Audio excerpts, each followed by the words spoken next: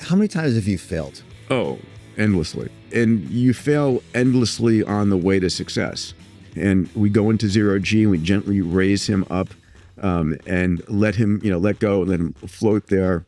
And we've got 3 doctors and 2 nurses monitoring everything. We had, sensors all over him. And at the end of the first parabola, we look at him. Now, he has no ability to move any parts of his body.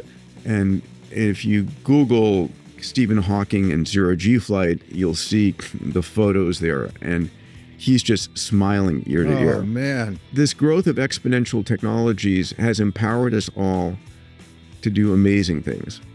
We have the ability to positively impact the lives of millions and billions of people as a single individual. And I think if you can, you should. And I'm always asking people to dream bigger.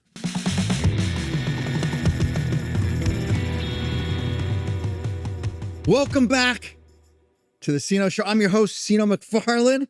Today, special day here. We're diving into the future with someone who's been shaping it for decades, right? He's an entrepreneur, physician, and one of the world's leading futurists. What is a futurist? Well, we're going to find out today, all right?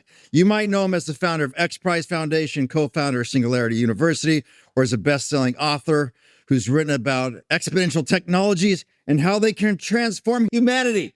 Please welcome my brother from another, the visionary, Peter Diamandis. Seano, I am back on your couch here. You're back on the couch. You're welcome, brother. Welcome. How long has it been since you've been on this couch, sir?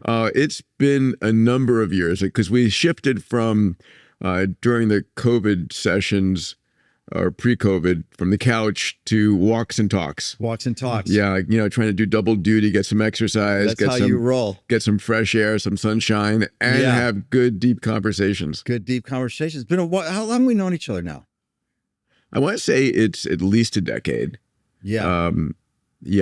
And we met through a dear friend, Keith Ferrazzi. Keith Ferrazzi, our guest next week. Keith's amazing. I love him. We love you, Keith. Yeah, we do. He's such a good, giving, brilliant soul, like you. I mean, it's that DNA. You meet people who are constantly wanting to give, who want to what do you need? How can I help you? And they're there from a mindset and a heart of contribution. And I view you and Keith very much in that fashion. And Keith said, I was going through struggles on the personal side, both from how do I think about relationship, marriage, and being authentic to myself. And Keith said, you've got to meet Seano McFarland. And I did. And you're like, amazing. I appreciate that, buddy. Yeah.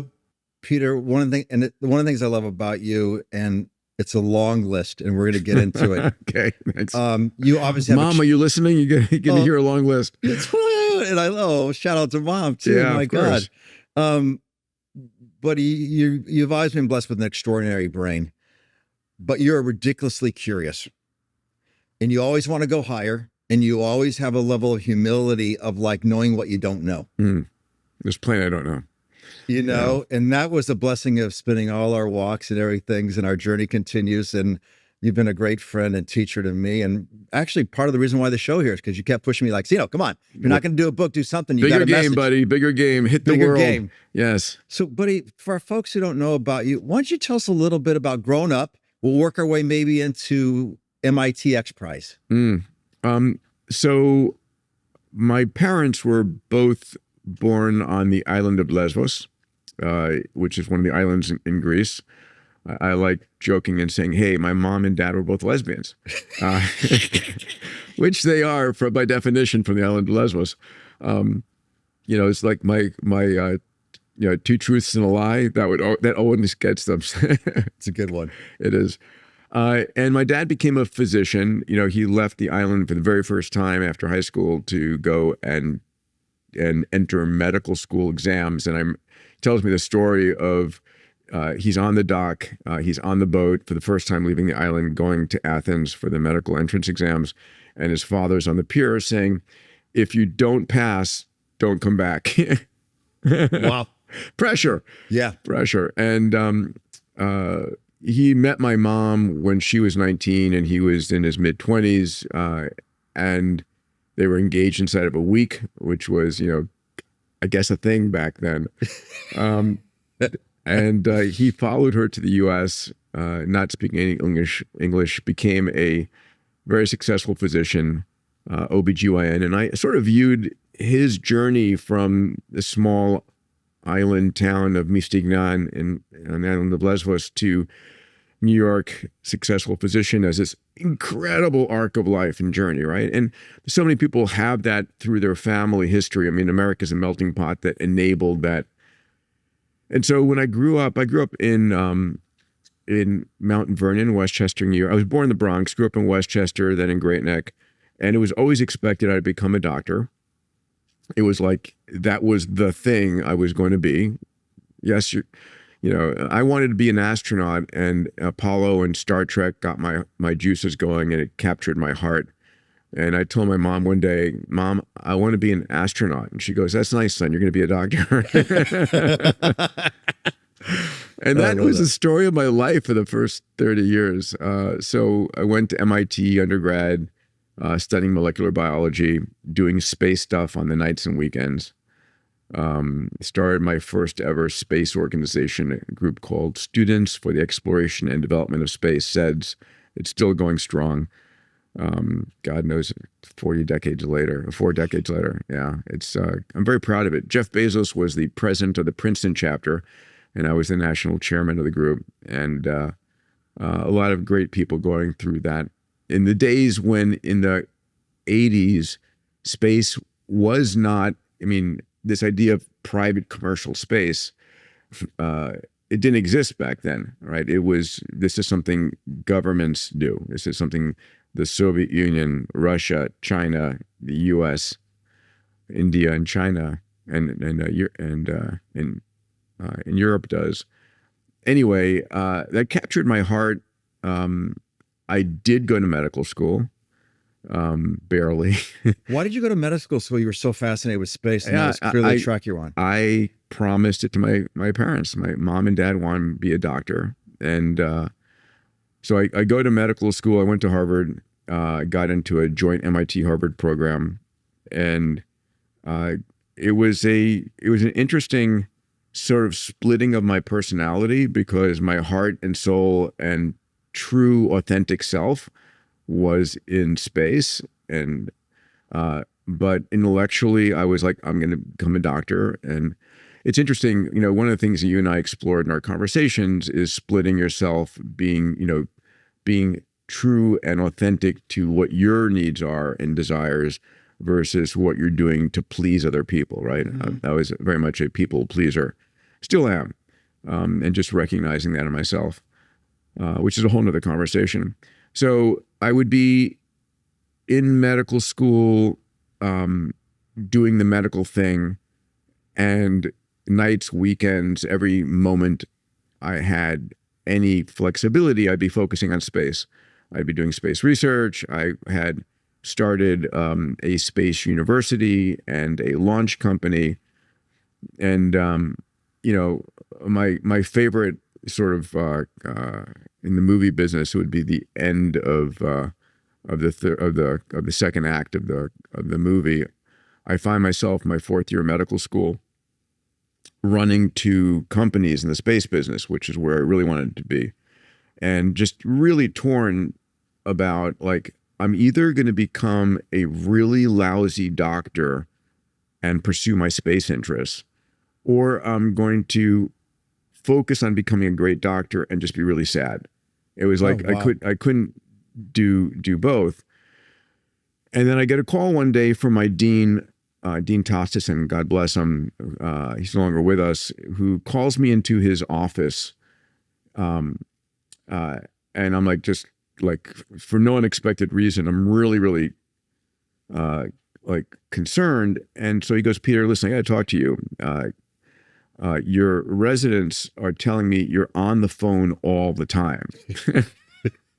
I had purchased one of those Motorola brick phones. The big one? Oh, my big God. ones, yeah. And it was in my locker, and I would sneak out of seeing a patient or sneak out of surgery to go and call and find out, like, how's the rocket motor firing test going, or like how are we doing on these contracts? Because that's what was running in my heart and mind and background. And medicine was like something I had to get through it. All I do is graduate. And he goes, what's going on? You're a bright kid, but you're obviously not applying yourself. You're like, and I'm like beginning to break down into tears, because it's like my finely tuned plan is eroding and unraveling in front of me. I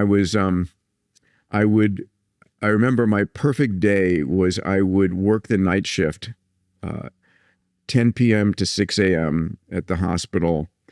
I would then go and sleep from 6 a.m. till noon, and then I'd go to the office from like noon until like dinner time. And I was just running this crazy split dual life, right? And so Dean tosses and says, like, what's going on? And I fess up and I say, I'm so sorry. I'm running this university and I'm running this rocket company. And he's like, you're what? What? He had no idea. No idea. And it's just like, Harvard had one great advantage. It was hard to get into, but it was harder to fail out of. Oh, right. And interesting. And it's like, it was an anathema to him, because it's like, everybody here is just like 24/7 focused on medicine. What? And so he goes, do you want to graduate? Do you want to, and what do you want to do? And I said, I have to graduate. I promised my mom and my dad I would graduate, and I'm so close. And then he made an interesting bargain with me, and he said, if you pass part 2 of your medical boards and you promise never to practice medicine, I'll let you graduate. And wow. And so he kept his end of the bargain and I kept mine. So I got my diploma, shipped it to my parents, and went full time into my companies. Yeah. Well, Peter, you had an angel that day. I had an angel that day for sure. Listen, I've had 2 points in my life in those early years where I almost diverted to zero. There was that moment in medical school where things could have very unraveled. I could have been, listen, get out of here, we're failing you out. There was another point my freshman year at college. I was at a place called Hamilton College for my freshman year, and then I transferred to MIT in my sophomore year. And I was pre-med, and I was taking a biology course with Professor Frank Price. And this is the first semester of my college career. And about halfway through the semester, I come down with chickenpox. And the big event of that biology course my freshman year was the fetal pig dissection. And it was like half of your points in your course are focused on your fetal pig dissection. And I was in the infirmary for like 2 weeks with chickenpox, and I missed all of my fetal pig lab sessions. And I was like just scared shitless about failing this fetal pig dissection experiment. And so I hatch a plan with my roommate, Philip, that he was going to help me steal a fetal pig in order that I could bring it back to my my room, my suite. We had a refrigerator there, and I'd be able to like study the fetal pig at night. But Hamilton had this incredibly strict honor code, and removing the fetal pig from the lab was verboten, not allowed. And so on one day, I open up my gym bag, and Philip brushes the fetal pig into my gym bag, and I walk out with it and put it into formaldehyde and all into my refrigerator, my suite. And the next day, The next day in class, Professor Price stands up and he goes, "It has come to my attention that one of you has left with one of the fetal pigs. And this is against the rules, and I would like you to turn yourself in. Or if anybody knows of this, please tell me who it is." And I'm like, just shitting bricks. It's like, oh my God, my life is over. It is over. And so what do? I go to the refrigerator, I pull out the fetal pig, and I walk deep into the woods and bury it. I bury this dead body in the woods. It's like, and I'm like, just like, this is all going sideways. I don't have a chance to look at the fetal pig, to do anything. And and so I'm like, I'm just beside myself. My life is over before it started. You know, it's like I'm going to be thrown out of school, and all of my dreams are gone. And I call my dad, God bless him, and I'm on the phone. I'm in tears, and I'm telling him what's going on. And he goes, "Son, you have to go and turn yourself in. You've got to be honest about this." And he said he'd gotten to know the school physician who was in the infirmary. And he said, "Why don't you go and talk to Dr. So-and-so and get his advice?" And so I go into the woods and I exhume the fetal pig. And I walk over to the infirmary and I talk to this guy. My dad had called him. And he says, "Listen, you do need to go and talk to Dr. Price and turn yourself in." And I've got the dead body in my bag, and I'm walking in to Professor Price, and he saw me. He was doing office hours with some students, and he said, "Please wait there." And he finally comes out after half an hour, and he looks at me, and I'm like, I'm bawling. I'm like, "I'm so sorry." It's like, and he looks at me and he goes, "Have you learned your lesson?" Oof, damn. And I go, "Absolutely. I'm so sorry." And he takes the fetal pig and goes, "Okay, good luck on the exam." Oh, man. And that was a guardian angel with me. It could have gone, I mean, their honor code was such that I would have been thrown out of my freshman year of college. And so, you know, all that I've done and accomplished, I thank those two men for their forgiveness. That's very and for powerful. their, and Two for their things generosity. on that. One, you never told me that story. I wish I would have known that, because I might change my treatment on you. Your psychology. I didn't know you had it in you to bury it. Okay. But two, what's so beautiful about that, Brother Peter, is we talk about this at Shell. We had Father Boyle on, like, the power of being seen by somebody. They saw you. They saw who I was in my heart. Yeah. Walk me through after the president, was it the president of Harvard? Or no, it was the dean of the dean Harvard of medical school. Yeah. After he said, "But don't be a doctor." But yeah. What was the feeling after? Were you relieved? Oh, massive relief. What did that feel like for you? It was like release. It was like permission to be who I was. Yes. Yes. Yeah. Yes. Permission to be who. That's right. Sometimes we just need somebody to give us a slip. Yeah. Okay. Yeah. Wow. Can we? Yeah. What's going through your mind right now? Nothing. I'm just thinking about those days. It was just a fascinating period of time. So I get my medical degree. I ship it to my parents. I moved to Houston to run my rocket company. This is way before SpaceX or Blue Origin or any of the rocket companies that people know about today. So I spent a decade in the space business, started a company called Zero G, taking people weightless. I had the pleasure of taking Stephen Hawking up into weightlessness, which was an amazing story. It took me 11 years. I got very, very patient in building my companies. A lot of these companies in the space world were, I like to joke, overnight successes after 11 years of hard work. So zero G was one of that. I went into the offices of the FAA saying, I'm going to take this large airplane, strip out all the seats, and I'm going to put it up in this 50-degree level up and push over the top, and we'll be weightless and people will be floating around. And they were like, huh, what are you going to do? No, you can't do that. That's not allowable with commercial planes. I said, but NASA's been doing it for, God, at that point, 30 plus years, 40 years. And they said, it's not allowed in commercial aviation. And so I ended up just saying, I don't care. I'm going to make it happen. It's like I get very stubborn about making shit happen. Yeah, you do. And so it took Thankfully. me.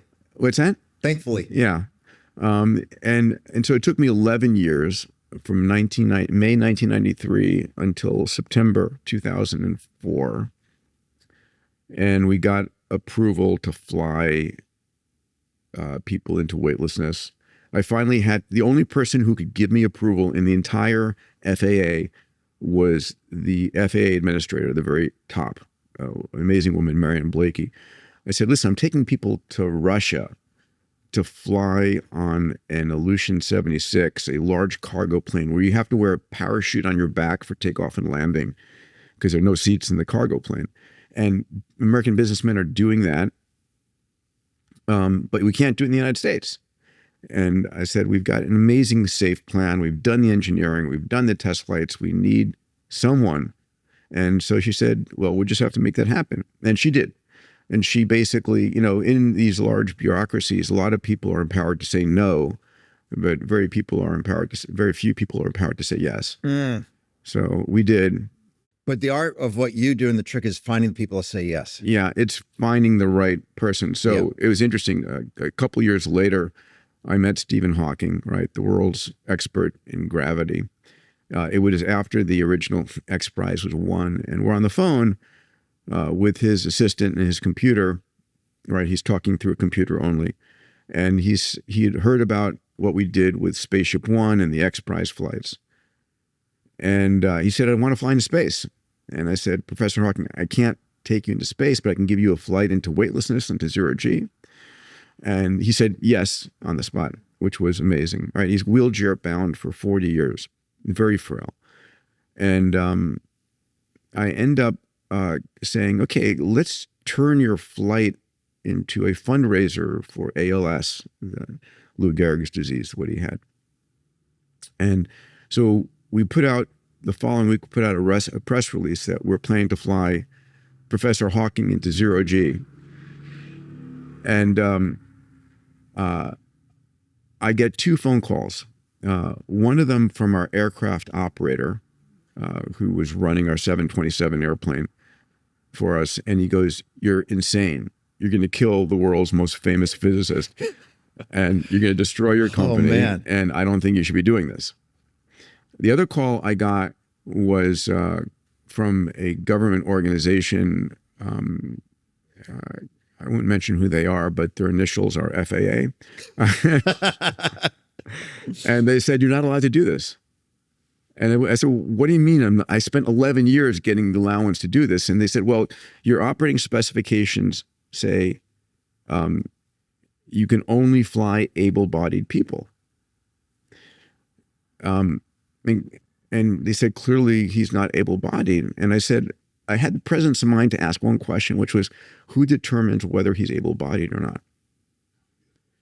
And it was the clinch move, because he said, well, I assume an aerospace medical doctor or his physicians, I said, okay, that's all I need. So I went and bought malpractice insurance, and I got 3 letters from 3 doctors saying that Stephen Hawking was able-bodied to fly into zero G. And we took him up. Well, first we did a test flight where we got a young 16-year-old boy who had the same weight and height, and we set up an emergency room on the airplane. And we did a whole bunch of medical test procedures, like what happens if he has a heart attack, what happens if he cracks a rib, what happens if he he has an embolism. And we ran through all these medical procedures because the guy was really extremely frail. And we were down at the Kennedy Space Center, and we, weren't sure how he was going to do. And we had a pre-flight press conference because we had no idea if he'd be in shape to do anything afterwards. So he made his statements about why he's doing this. He wants to really focus attention on opening up commercial space because he feels humanity needs to be multiplanetary. And we end up doing the flight. I'm at one end at his head. My partner in zero-G, Byron Lichtenberg, who had been in space twice, is at his feet. And we've got cameras like way over there strapped down, and we're in the forward half of the airplane. And we go into zero-G and we gently raise him up and let him, let go and let him float there. And we've got 3 doctors and 2 nurses monitoring everything. We had, sensors all over him. And at the end of the first parabola, we look at him. Now, he has no ability to move any parts of his body other than, at that time, a few facial muscles. And if you Google Stephen Hawking and zero-G flight, you'll see the photos there. And he's just smiling ear to ear. Oh, man. Right? He's like, for the first time ever, he's free. He's free. And we talked to the doctors, how was it? And they give him a thumbs up. And we end up doing a second and a third parabola. And we ended up doing, I think, 8 parabolas in total. We expected to only do 1. So it's 8 occasions in 30 seconds. His nurses in the last 2 parabolas says he wants to be spun around. And I still to this day have no idea if he actually wanted to be, but they were like, wow. But we did spin him around, Mike, and he was great. And he came down, and it was interesting because we were in comms with Mission Control back at Kennedy Space Center. We had code words depending on how badly he would be injured on what to say, like, off the air, if he had broken something or had a heart attack or had a lung collapse, because those were the fears. And we came back and he was totally fine. And he did a post-flight press conference afterwards. And it was one of those great moments in life. Well, that's amazing, man. Yeah. That is beautiful. Yeah. Wow. That must have been incredible to see him free. It was. And just, to the moment of his, demise, it for him was one of his greatest experiences in life. Yeah. Yeah. Wow. And I've gotten to know his daughter and all.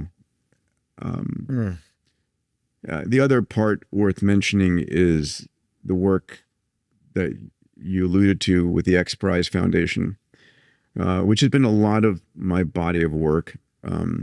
I was given a book back in also 1993, the same year that I started zero-G. I got a book called The Spirit of St. Louis, which chronicles Charles Lindbergh's flight across the Atlantic. And again, me being a 9-year-old space cadet, wanted to travel into space, and I'd given up on NASA being the way I was going to get there.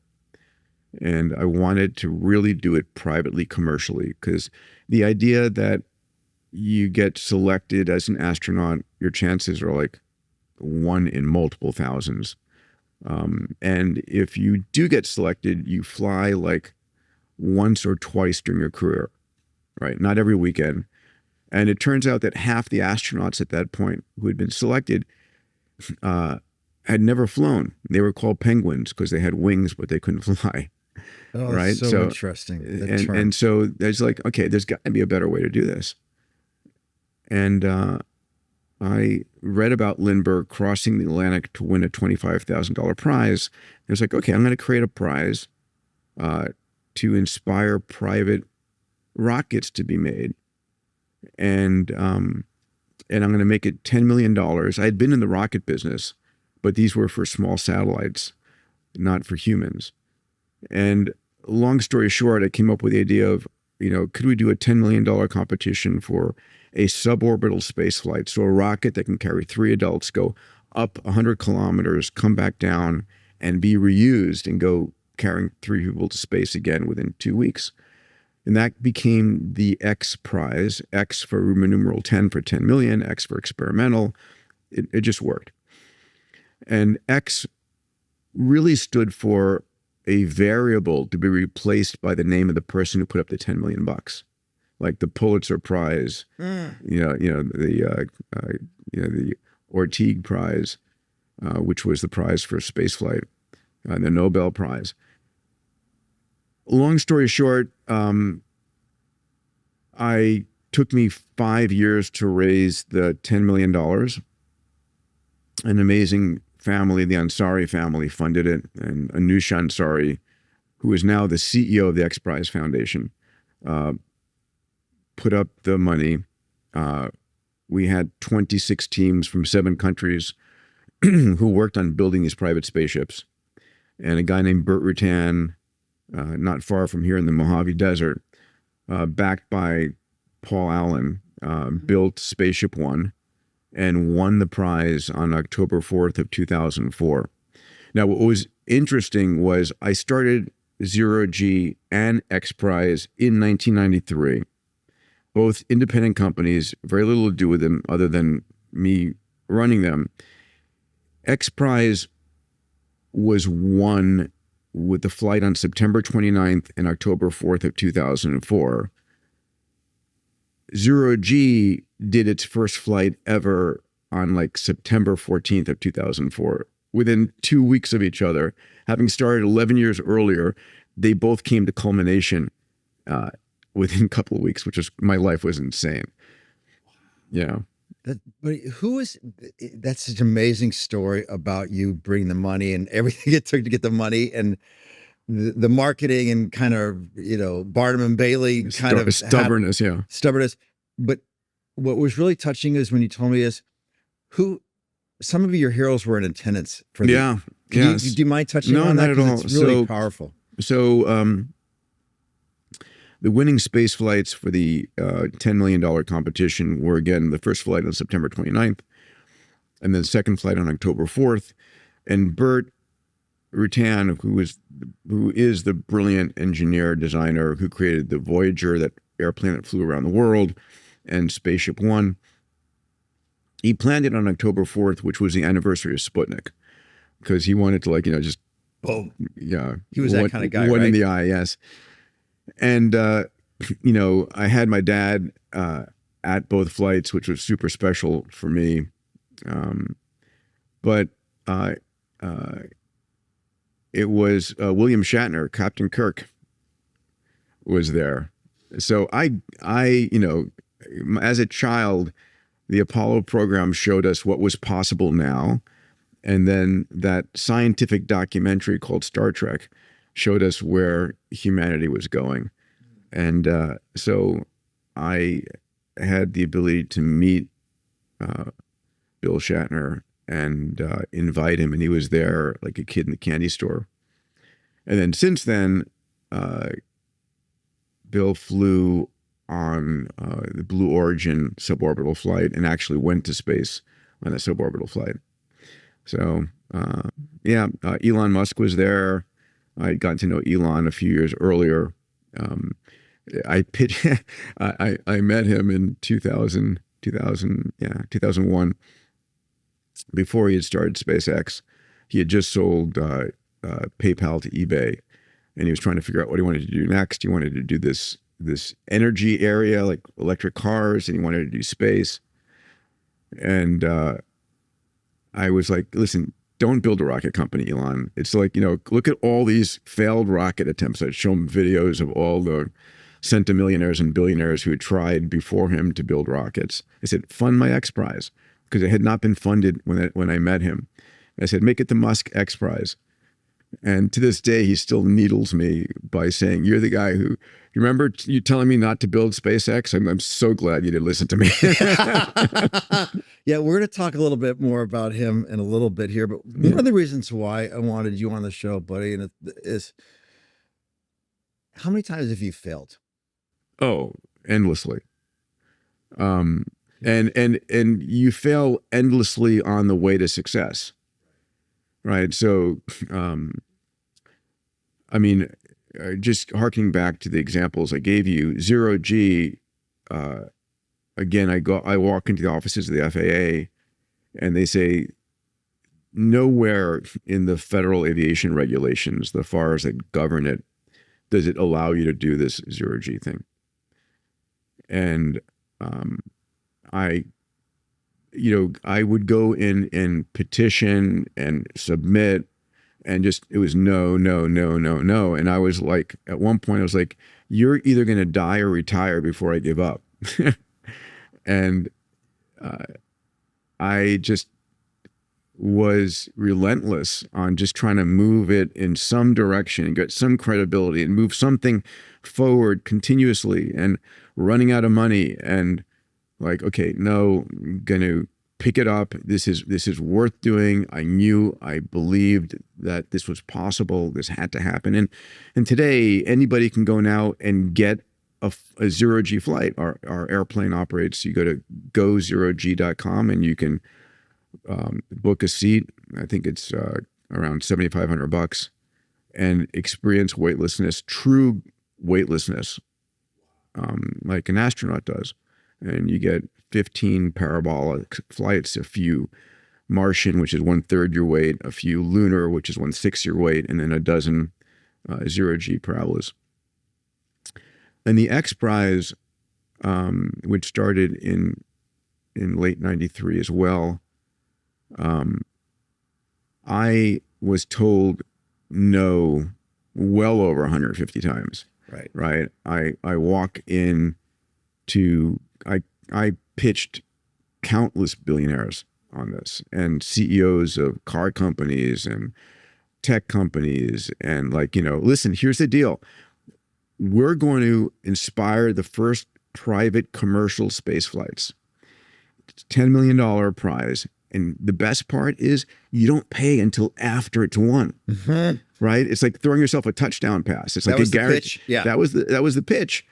And it's like, we'll put your branding on it. We'll name it the Nissan XPRIZE, the Virgin XPRIZE, the Microsoft XPRIZE. I mean, I was pitching over the course of the first 6-7 years, everybody. I was raising money. I put the first money in we formed it as a nonprofit. And I put the first monies in, and then I would collect like checks for $25 and $100 here and there, keep things going.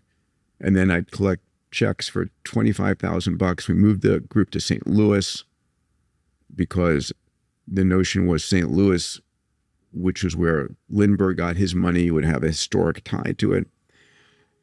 And we ended up raising about $500,000 of working capital through some great people in St. Louis, and Al Kurth, who was our patron saint there. And our fundraising stalled. And so we gambled. We rolled the dice, and we decided we're going to announce the XPRIZE without having the money. Yeah, right on. Right. And so Al and I, in cahoots, we were going to have a huge announcement event under the arch. And he was senior VP at Fleischman Hillard, one of the top PR companies. And so I had learned an idea of giving birth to a crazy idea above the line of super credibility. So in each of our minds, there's a line of credibility, whether you know it or not. When someone says something to you, you either believe it's credible or it's not. Right. And if it's below the line of credibility, like if your next door neighbor kid says, I'm flying to Mars in a couple of weeks, it just very rapidly falls off as not credible. Or maybe you watch it a little bit and see the trajectory. And if something magical happens, And then there's this, if you hear an idea above the line of credibility, you're like, oh, that's interesting. I'm going to see where it goes. But then we also have this line of super credibility.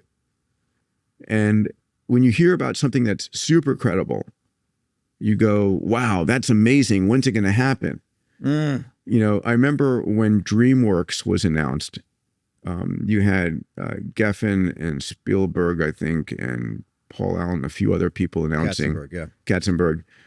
And I remember my reaction hearing about it and seeing a clip on TV going, that's going to be super successful and amazing. And I said, why do I think that? And I realized I think that because these gentlemen have an incredible track record, and it seems super credible to me. And that's where this idea of super credibility came.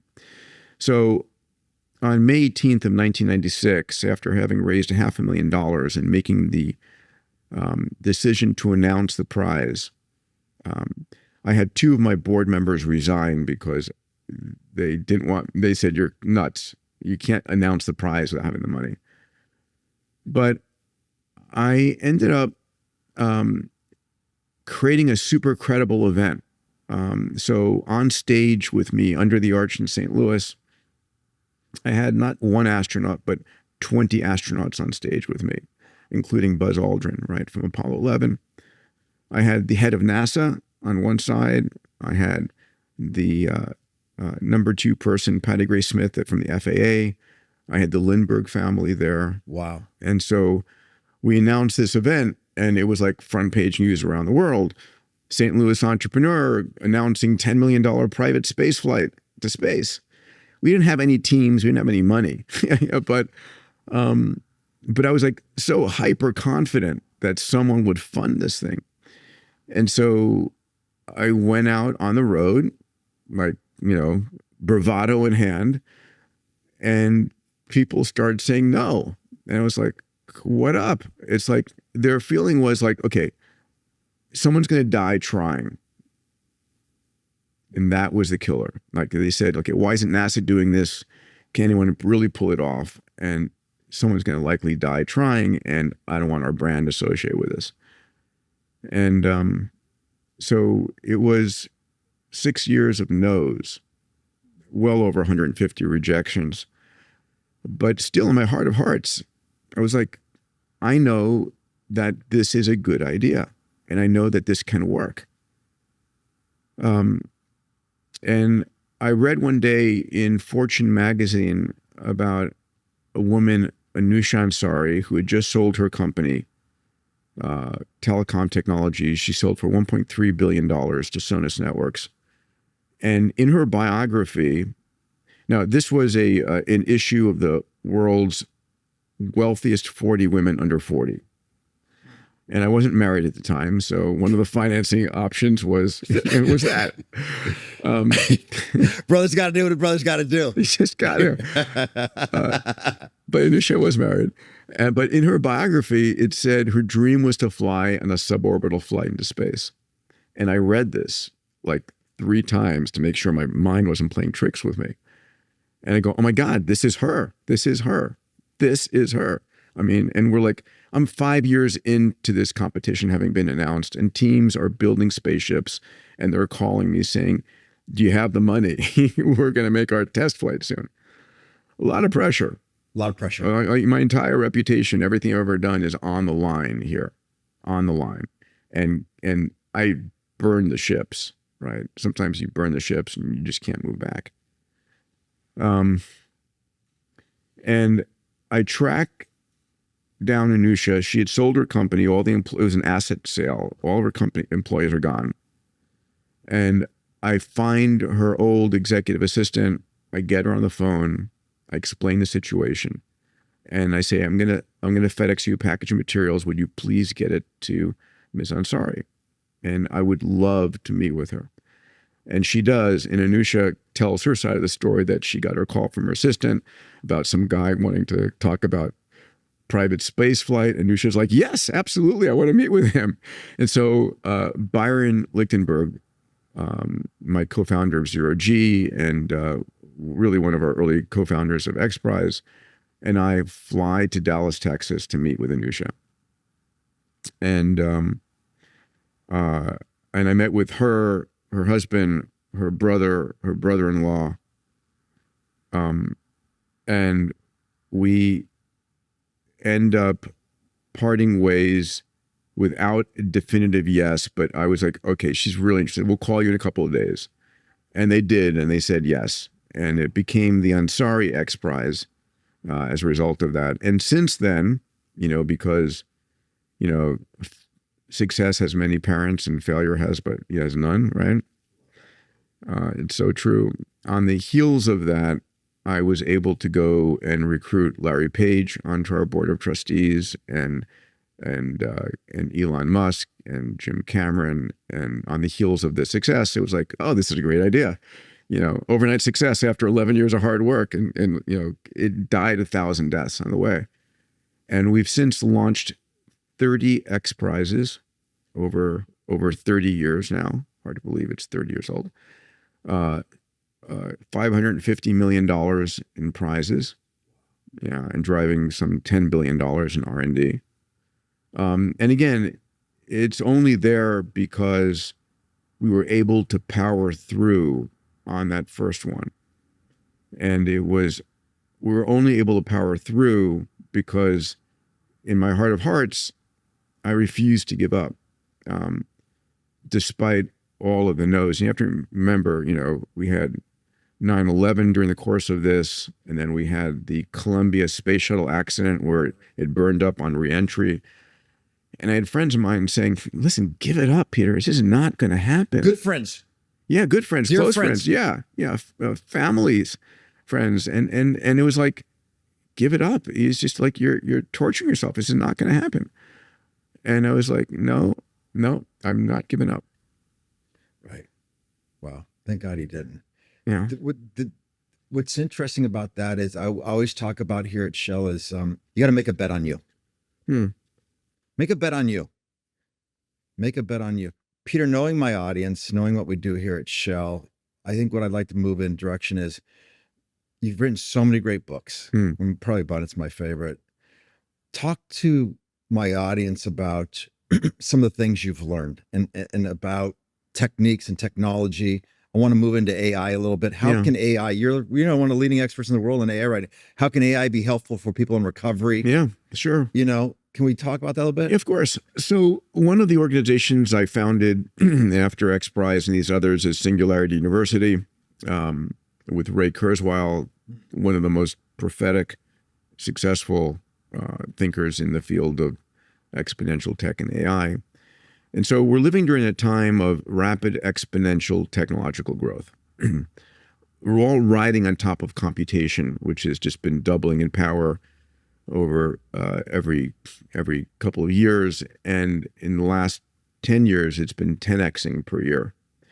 And so on top of this computational power is riding sensors, networks, AI, robotics, 3D printing, synthetic biology, augmented virtual reality, blockchain. All of these technologies are riding on top of the massive increase in computational capability. And it's transforming our world. We don't think about it. One of my favorite slides I use is a series of images that says our ancestors would consider us as gods today. Oh God, right? That's beautiful, man. It's amazing. God, that's a beautiful quote. The things that we do, we're omniscient, omnipotent, omnipresent. The ability to. Just think about the things that we do every day. Like I can ask a question and get an answer to anything instantly for free, right? On Google or Gemini or ChatGPT. I can FaceTime with someone on the other side of the planet, again, for free. It's extraordinary. We have autonomous cars driving down the streets here in Santa Monica, little delivery robots, drone technologies, flying cars will be here soon enough. And we are the proverbial frog in the water that's increasing in heat and ultimately boiling. And we take this all for granted. We don't notice the amazing world we're living in.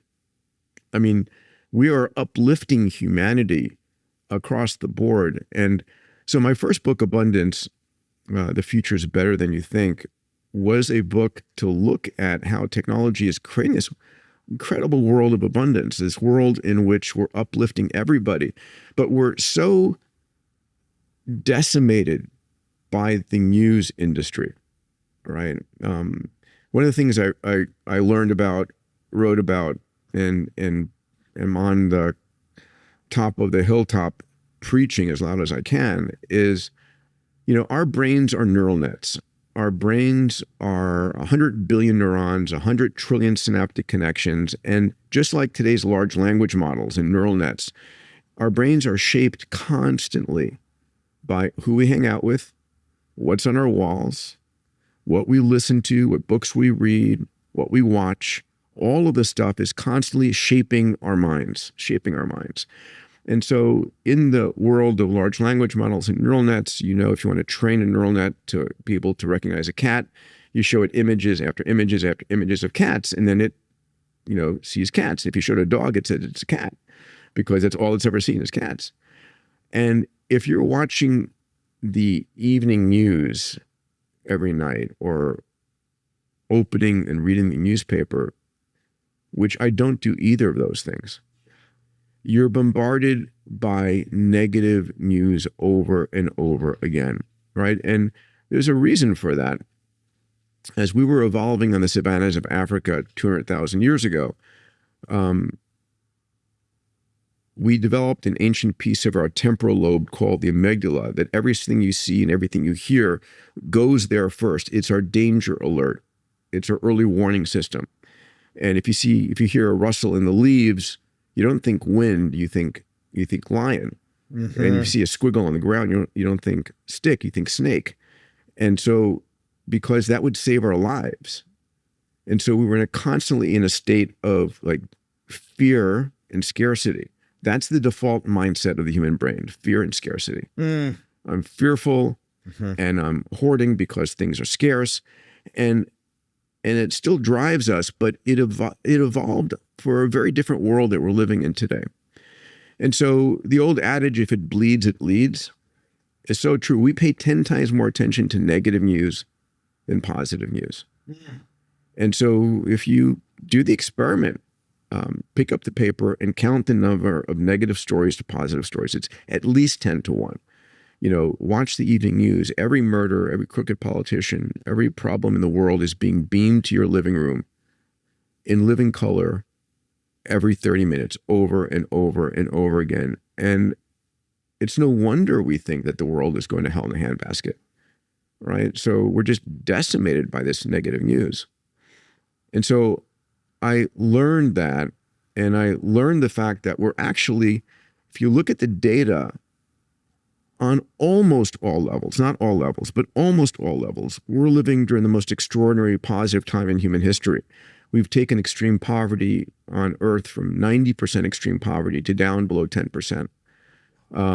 Literacy has exploded globally over the last 200 years from 20% of the world to, close to 85 or 90% of the world has literacy. We've exploded access to communications. There are 7 billion smartphones on the planet. Over 9 billion, mobile phones. We've dropped child mortality rates from 45% to under 5%.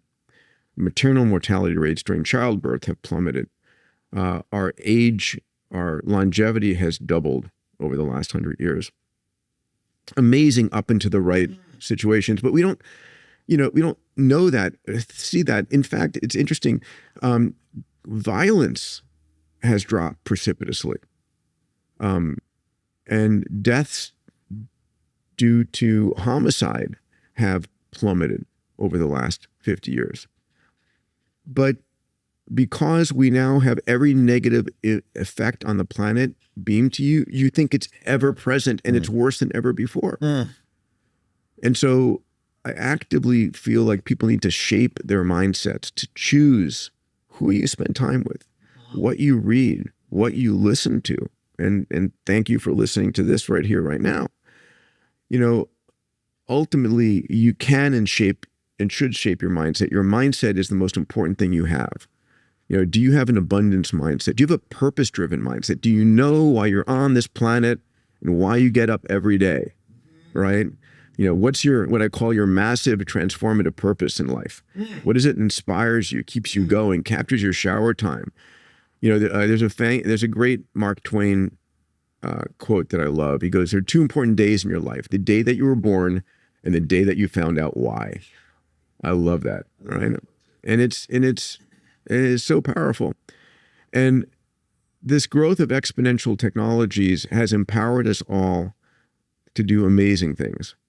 We have the ability to positively impact the lives of millions and billions of people as a single individual. And I think if you can, you should. And I'm always asking people to dream bigger. What's the game you want to play? How big do you want to go? Right? You ask these questions all the time. You help me, you uplift me in that regard. You're constantly reminding me of those things. Where's your heart? Where's your faith in God? Where are you? So bringing it back to your question, without any question, AI and its derivatives are the most powerful technologies that we have.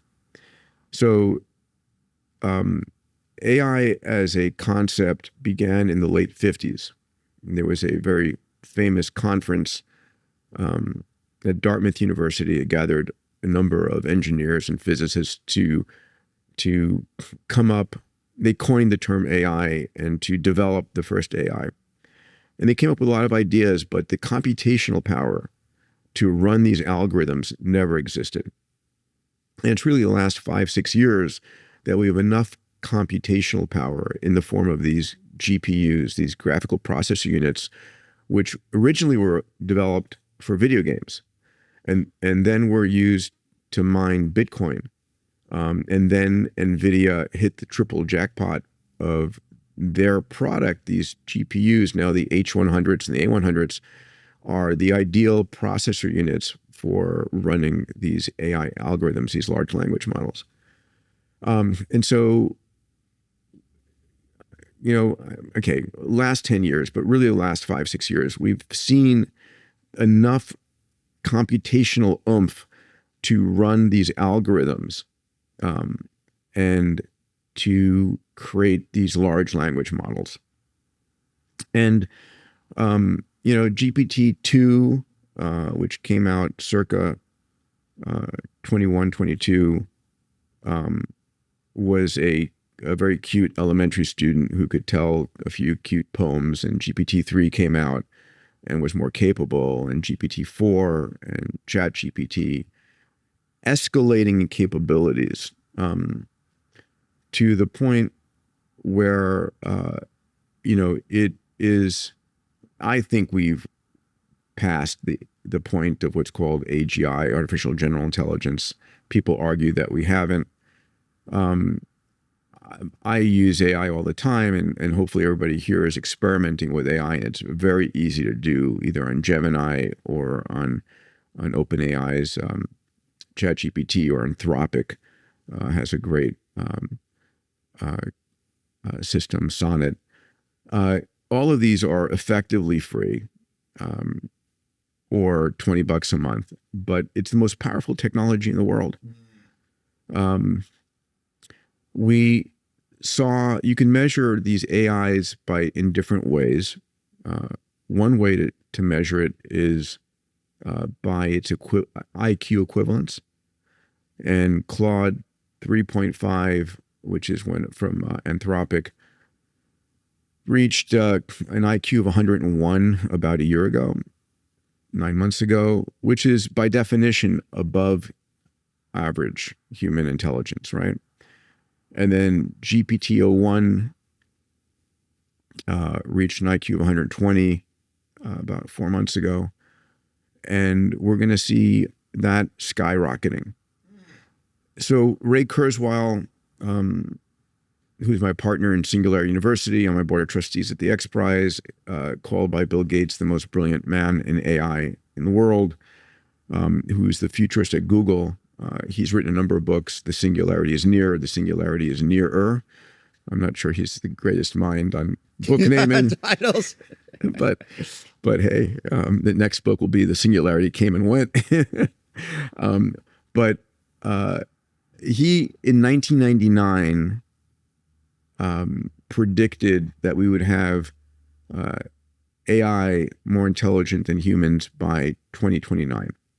Wow. And people laughed at him, said, it's crazy. It's 100 years away. It's never going to happen. But in fact, he was right within a couple of years, probably. I had Elon on my stage at the Abundance Summit last year, which was fun, talking about AI. And we ended up, he said, listen, we're going to have AI vastly smarter than any human by the end of 2025. And we'll have AI equal to the intelligence of the entire human race by 2030. Wow. So we're in a very steep part of this growth curve. And we're about to have a series of transformations where AI is going to become ubiquitous and everywhere. We'll have AI in all aspects of our lives. Our car, our bed, our office, our chairs, wherever. We'll have artificial intelligence imbued in all parts of our lives. For me, the best analogy is Jarvis from Iron Man, right? So Tony Stark has Jarvis, and he talks to Jarvis and says, display this information for me, make me a cup of coffee. Can you build this device for me? And Jarvis does. Jarvis is Tony Stark's interface with the world. And we're not far from that. And that's the next few years. It's going to reinvent healthcare. It's going to reinvent education. It's going to reinvent your industry, my industry. And, some interesting things about AI in health and in, coaching is that AI is infinitely patient. You are too, especially with me. And I love you for it. Yeah, right on, man. Thank you, brother. And AI is turned into a damn good therapist and counselor because, and people, there's a study that was done recently in the Journal of American Medicine that said AI is viewed far more empathic than physicians. And, if you'd asked me years ago, what's going to be the stronghold for humans, I would have said empathy, right, as one of the things. But it turns out that, in AI, when people go and speak openly to an AI, and there's lots of multimodal versions where you can have just conversations, you don't feel judged by the AI, and the AI will give you all the time in the world you need, versus in the medical field where you're seeing a patient every 7 minutes. So it's going to be an interesting partnership that's going to be developed with professionals. And I think humans still love and want to be connected with humans, at least currently. But I think it's going to be physicians and AIs and therapists and AIs. And I think this partnership will evolve. There will be a point where it's, I think, malpractice to diagnose without AI in the loop. I don't think that's very far away. I was on stage in Saudi with a group of physicians, including Dr. Mehmet Oz, who's become a friend. And I asked them, when do you think it's malpractice to diagnose without a solution, without an AI in the loop? And the answer was, from all of them, within 2 years. Wow. So interesting. Wow. Okay. Why is self-love so important, Peter? Yeah, I wish I had a smooth answer, but it is. Yeah, because if you don't love yourself, no one else can love you fully. I think that self-love is a journey I've been on, and you've been my greatest supporter for that. And you need to love yourself sufficiently to be true to yourself, to be able to be authentic to yourself. And, for me, one of my greatest trials and tribulations has been authenticity in what I say versus how I act. Can you go into that a little bit more? I could, but then I'd have to kill you. But I know what. I think it's just exemplified by even my earliest life in pursuing medicine versus my space interests. Right? It's being a people pleaser. It's doing things to make other people happy versus yourself. And I think that is important because, I still, half of my work is in AI, half of my work is in longevity, right? So, as hard as I'm pushing to extend, many decades of life, we still only live one life, and yeah, right on. Yeah. What's the greatest thing you've learned from Elon? There's a lot. First principle thinking is fundamental, right? So when he goes into building Tesla, an electric car company where everyone else has failed, he's like, okay, well, what should battery technology really cost? Well, let's look at what batteries are made up of. They're made up of lithium and carbon and nickel and copper, and what's the cost of those elements when you buy them on the spot market? And batteries are being charged here, but the cost of those elements are here. And so there's a real opportunity to lower the cost of that significantly. And that was his conclusion. And now he's building gigafactories that has brought the cost down, right? When he looked at rockets, he was like, okay, why are these rockets so damn expensive? And they're ridiculously expensive. And because they were built by military contractors as throwaway vehicles. You take the warhead off and you put a spaceship on there. And he said, we need to get to full reusability. And if we do that, then, the cost of the fuel is like less than 1% the cost of a rocket. And so if you make the rocket reusable, you can get massive. And he did that with Falcon 9 reusability, the first stage, and now with Starship. So this first principle thinking. The second is his questioning of how long it takes to do things.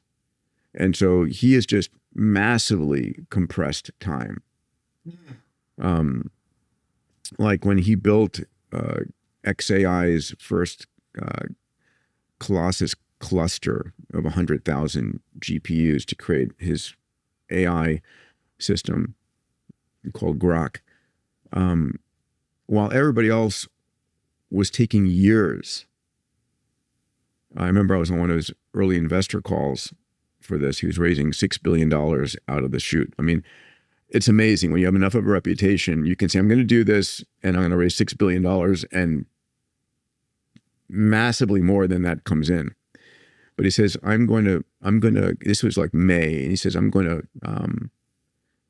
before the end of the summer, I'm going to build the largest computational cluster out there.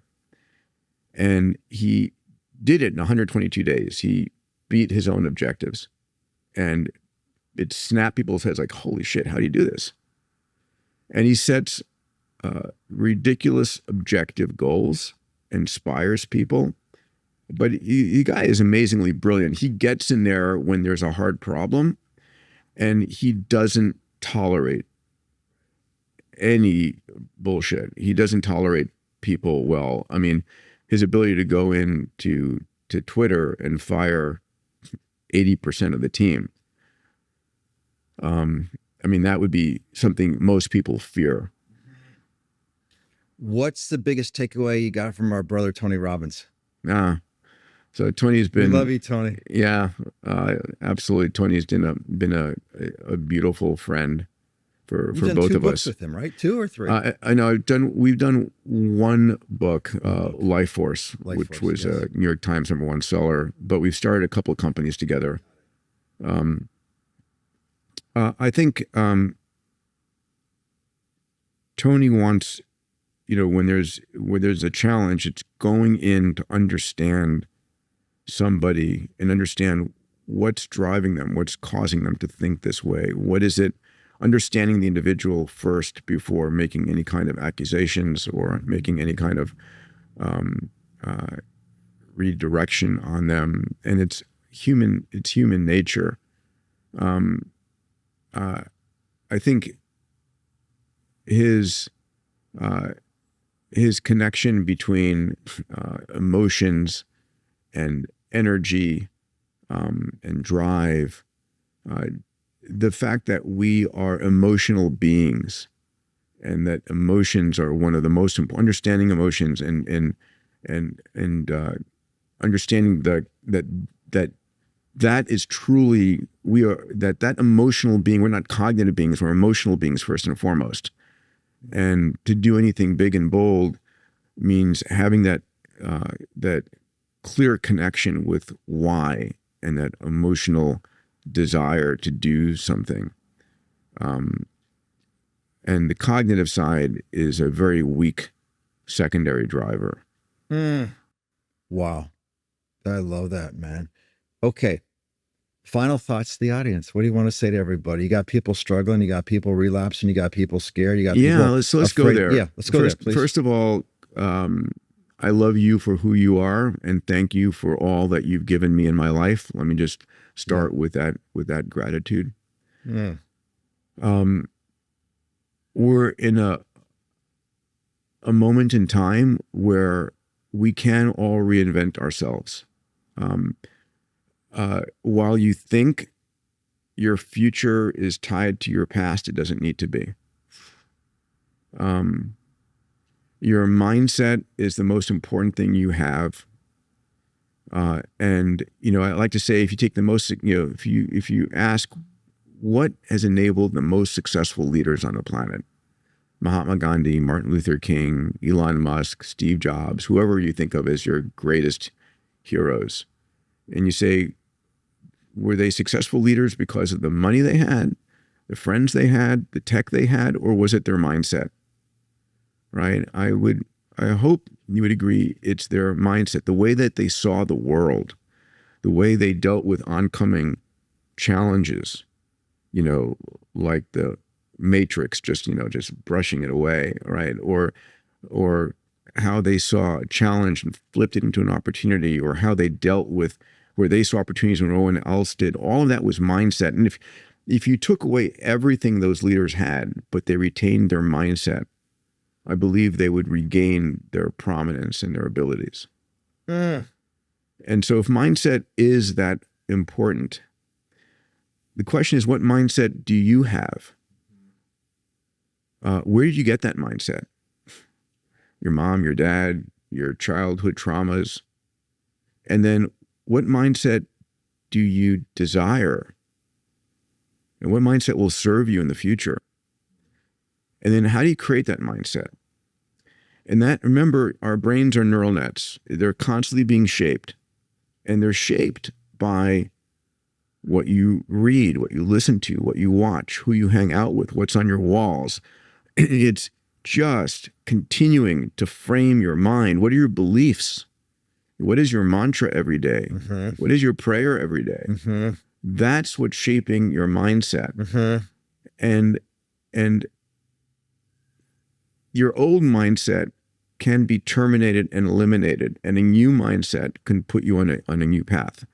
And so I have become, despite all of the work in technology and longevity, my next, years are focused on what I call mindset mastery. And that is, I think, the most important thing we can do. AI will play a role in that, helping you.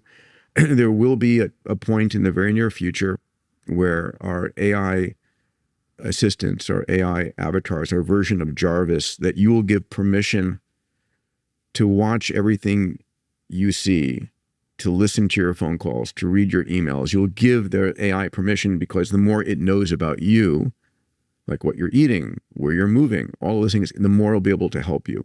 Sounds scary, but we're already doing that anyway. If you think Lexa's not listening to you, or Siri is not on your phone, it's there already. But imagine a world in which you can say to your AI, listen, I want to love myself more. I want to be stronger. I want to be in better health. I want to eat better food. I want to, whatever your goals are for yourself. And your AI can be there to say, listen, don't eat that right now. There's something else in your fridge. Go and grab that. And if you're still hungry, then eat that. That coach that's there with you all the time. Please take the stairs, not the elevator, right? It's right there. Get down and give me 5 push-ups, right? Whatever it might be. I mean, your AI can help you as your 24/7 coach. You can turn it off if you want, but if you want it, it'll be there. The other thing that we have, and you and I have talked about, is we have these cognitive biases in our brains. Like we have this negativity bias. We give more weight to negative information. We have familiarity biases. We give more weight to people who look like us. We have recency bias. We give more weight to information we just heard versus contradicting information we might have heard a week ago. And AIs can help us deal with these cognitive biases, which evolved, again, over hundreds of thousands of years for very different reasons. And so I think we're going to have a set of tools to help us become who we want to be. Right now, the tool is Seano. But there'll be a Seano AI in my life. Yeah, big time. And I think it's making the choice, the decisions of it's creating the future you desire and having confidence in yourself that you can create that future. It's all hard and it's all worthwhile. And it's just taking small incremental steps every single day and having that purpose in life that's pulling you through. It's like, who are you going to serve? Right on. Yeah. Amen, brother. I love you, brother. I love Peter. Thank you. This was extraordinary, man. Thank you for your love and trust and faith in me. And Dylan sends his love. You've been a great friend. I'm so proud of him. Yeah, he's kicking ass. Yeah. All right. Godspeed, brother. Thank you. The Seano Show is a production of iHeart Podcasts, hosted by me, Seano McFarland, produced by Pod People and 28th Ave. Our lead producer is Keith Cornelek. Our executive producer is Lindsay Hoffman. Marketing lead is Ashley Weaver. Thank you so much for listening. We'll see you next week.